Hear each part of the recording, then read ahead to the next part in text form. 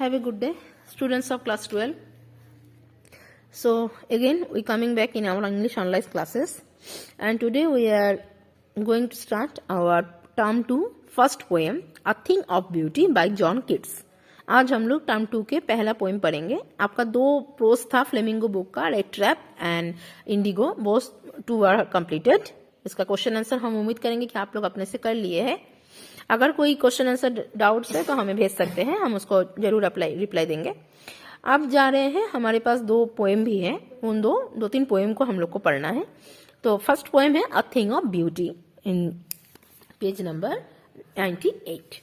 A thing of beauty bye John Keats. Before starting the poem, just इसका moral concept आप लोग को clear होनी चाहिए.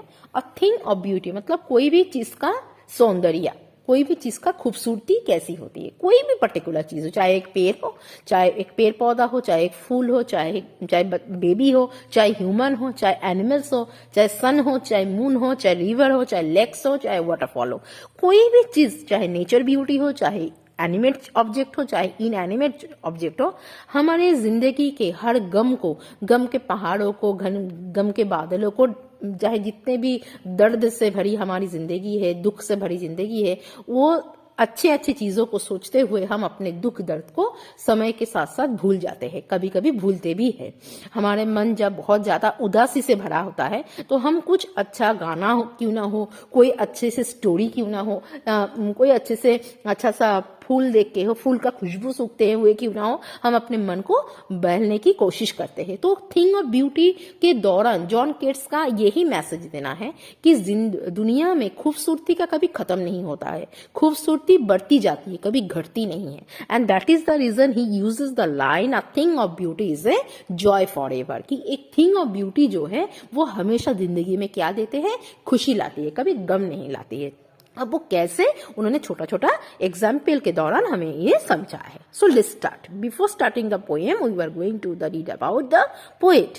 John Keats 1795 to 1821, his birth and death year, was a British romantic poet. वो एक British romantic poet थे, although trained to be a surgeon, जिनको डॉक्टर बनना था, सर्जन बनना था. But Keats decided to devote himself wholly to poetry. लेकिन Keats ने अपने आप को कविता में समर्पण कर दिए थे. Keats secret his power to sway and delight the reader. Keats का जो सीक्रेट एक मेथड था, माने जिंदगी का एक लॉयल्टी था, कैसे रीडरों को, मतलब रीडर्स मतलब हम लोग को, कविता पढ़ने वाले लोगों को आनंद दिया जाए. Lies primarily in his gift for perceiving the world and living his mood and aspiration in terms of language. उन्होंने अपने भाषा के दौरान, अपने तरीके, मूड्स के दौरान जिंदगी का जो जीने का जो खुशी हो, माने जो असली खुशी है, वो कैसे हम लोग को समझना चाहिए, वही समझाना जॉन किट्स का एकमात्र लक्ष्य था. The following is an extract from his poem Endymion और पोएटिक रोमांस. एंडीमियन एक कविता है जो कि एक पोएटिक रोमांस के तौर पे उन्होंने लिखे थे. The poem is based on A Greek legend. एक ग्रीक महान मानव के कहानी के ऊपर उन्होंने ये कविता लिखे थे. In which Endymion, a beautiful young shepherd and poet who lived in mountain Latmos and vision of Cynthia the moon goddess. की चांद की देवी, मून गॉडेस, मैंने नेचर के बारे में एक्चुअली मेन जो चीज है, जॉन किट्स के हर एक कविता में नेचर को इतने खूबसूरत से बयां किया गया है कि हम उसी से अपने मन को आनंद दे सकते हैं. The enchanted youth resolved to seek her out and so wandered away through the forest and down under the sea. मतलब समंदर से लेके, जंगल से लेके सभी चीजों में कैसे प्रकृति को विस्तारित तौर पे हमारे सामने लाया जाता है, वो हमेशा जॉन किट्स के कविताओं में झलकती रहती है. ठीक. सो let's start. This one part of the poem also is tells from the John Keats, and that is the name of the poem, A Thing of Beauty. यहाँ पर भी उन्होंने कोई भी चीज की खूबसूरती को बयां किया है बहुत सारे छोटे छोटे एग्जाम्पल के दौरान, और बोले है कि जो कि कभी जिंदगी में खत्म ना होने वाला हो, हमेशा जिंदगी भर खुशी देने लायक हो. अ thing of beauty is a joy for ever. It's loveliness increases, it will never pass into nothingness but will keep a board quiet for us and they sleep. मतलब बोल रहा है कोई भी चीज की खूबसूरती सारी जिंदगी हमें खुशी देती है. इसकी खूबसूरती कभी घटती नहीं है बल्कि बढ़ती जाती है, और ये एक बोर्ड देता है. बॉर्न मतलब शेड, शेड मतलब छाया देता है।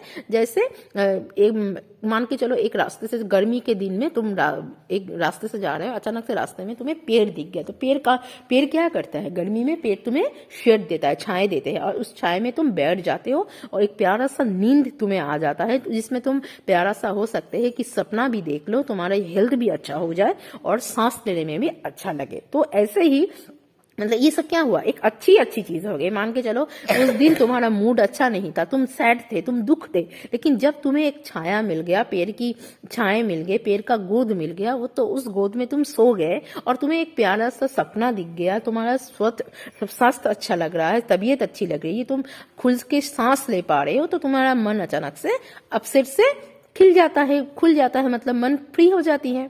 Therefore, on every morrow are we reading a flowery band to bind us to earth, spite of despondence of the inhuman dearth, of noble nature of the gloomy days, of all the unhealthy and over darkened ways।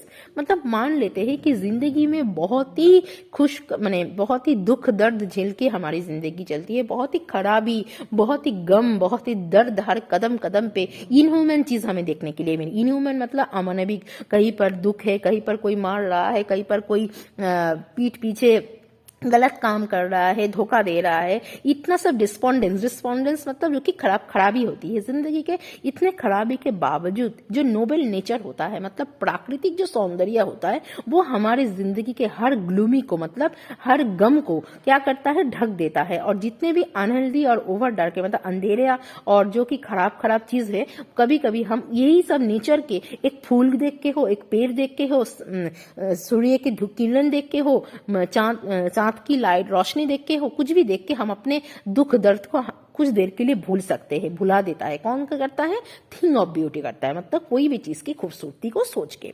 Made for our searching yes in spite of all, some shape of beauty moves away the pall, from the dark spirit such the sun the moon, trees old and young sprouting a shady moon.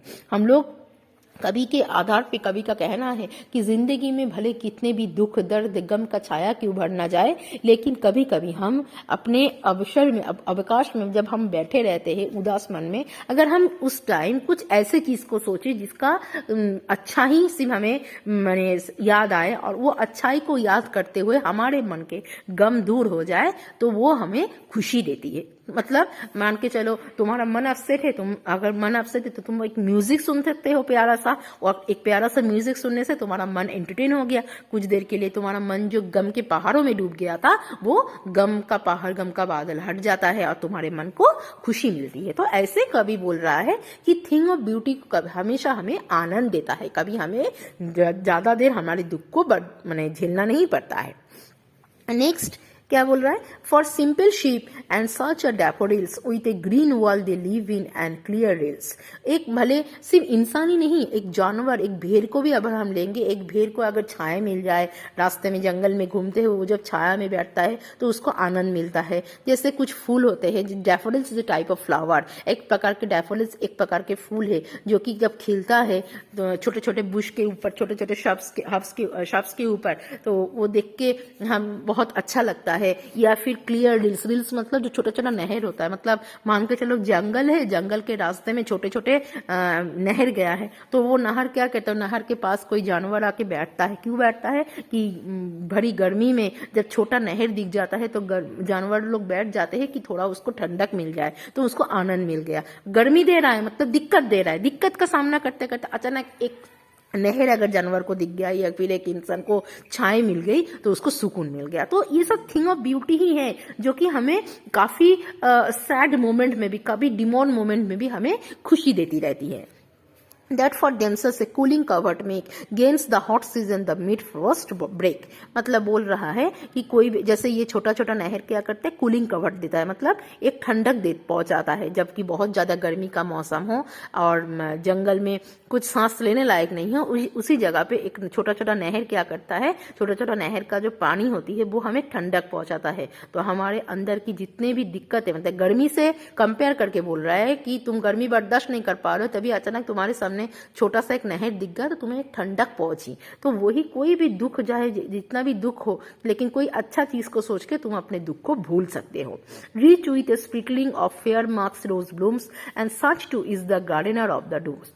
Fair marks rose is a type of a rose, एक प्रकार के गुलाब फूल है। ये जब खिलते हैं, इनके जो खुशबू फैलती रहती है, वो खुशबू भी मतलब स्प्रिंग के टाइम पे, बसंत काल में, बसंत में जो फूल का खुशबू चारों ओर फैला जाता है, ये सब फूल हमें अपने मन में जितने भी दुख हम लेके घूम रहे हैं वो दुख को कभी ना कभी भुला देता है। हम लोग कुछ अच्छा फूल का खुशबू हमारे सांस में जब घुल जाती है, हमारे मन को महक कर देता है, एकदम अच्छा कर देता है। We have imagined for the mighty dead or lovely tales that we have heard or read. हम लोग कभी कभी अपना मूड खराब होते हैं तो हम वो भी कर सकते, क्या कर सकते हैं, वो सब माइटी डेड मतलब जो लीजेंड लोग हमारे लिए देश में हीरोइज्म के काम करते हुए जीवन सैक्रिफाइस किए हैं, उनको याद करके, उनके कहानी के बारे में पढ़ के भी हम अपने आप के मूड को ठीक कर सकते हैं। And endless fountain of immortal drink pouring unto us from the heavens being. और ऐसे ही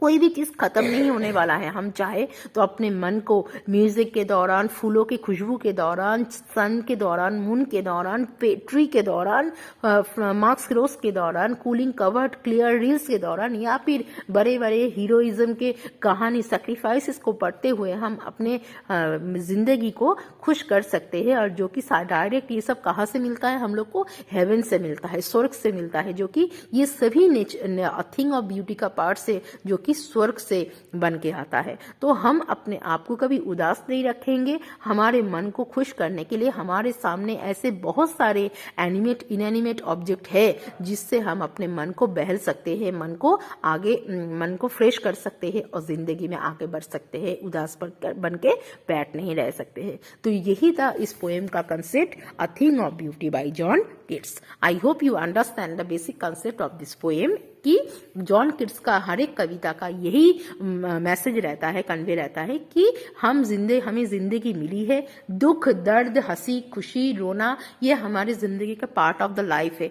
बट हम कभी भी उदास रह के इनमोर्न नहीं हो सकते, मौन नहीं कर सकते कि हमेशा रोते रहे, दुख करते रहे। लेकिन कभी जब अब दुख हो, आपके मन में अपसेटनेस है, खराबी है, लेकिन आप कभी किसी भी पर्टिकुलर चीज को, अच्छा एक कोई भी चीज के बारे में सोचो, उसकी खूबसूरती के बारे में सोचो, कैसे सुबह होता है, कैसे सुबह सूरज की किरणें चारों ओर फैल जाता है, कैसे रात होती है, कैसे रात में चांद अपना रोशनी बिखार देती है पूरे समाज के ऊपर, पूरे दुनिया के ऊपर। इन सब को फील करके हम अपने मूड को चेंज कर सकते हैं। ठीक, तो this is the message of the poem a thing of beauty bye John Keats. I hope you understand the concept of the poem. If you have any doubts you can ask me. हम इसका कुछ word meaning आपको भेजेंगे, उसको आप अपने copy पे या रफ और फेयर कॉपी हो उसको आप नोट करके रखिएगा। It will be very important in your term. और इसके साथ इसका समरी मैं आपको ग्रुप में दे दूंगी, समरी आप लोग को नोट कर लेना है। ठीक है, समरी आप अपने से नहीं करेंगे, जो मैं आप लोग को लिखा दे रही हूँ उसी को आप लोग समरी को अपने कॉपी में नोट डाउन कर लेंगे। Have a nice day and good bye.